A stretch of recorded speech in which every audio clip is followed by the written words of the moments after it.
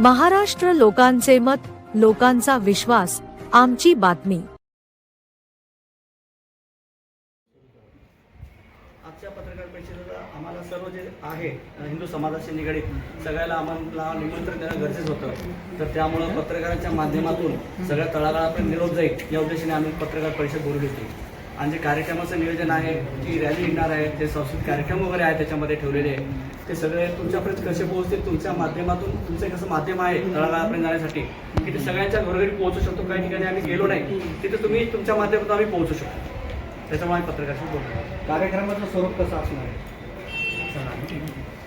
कार्यक्रमाचं स्वरूप ही शोभायात्रेने सुरुवात होणार आहे। शोभायात्रा आता जसं सांगितलं मी, महादेव मंदिर, भोलेश्वर महादेव मंदिर, भांडारनगर तिथून शोभायात्रा निघेल।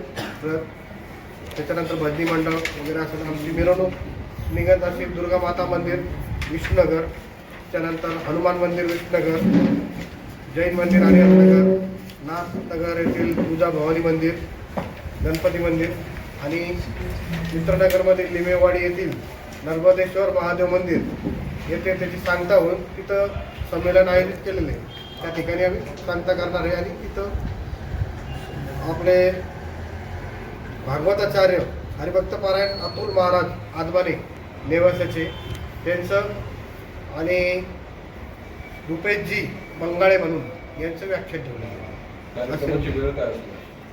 वेळ आता 5 वाजता आम्ही शोभायात्रा काढणार आहे, 5 ते 7 वाजेपर्यंत, आणि 7 ते 9 पर्यंत व्याख्यान राहणार आहे।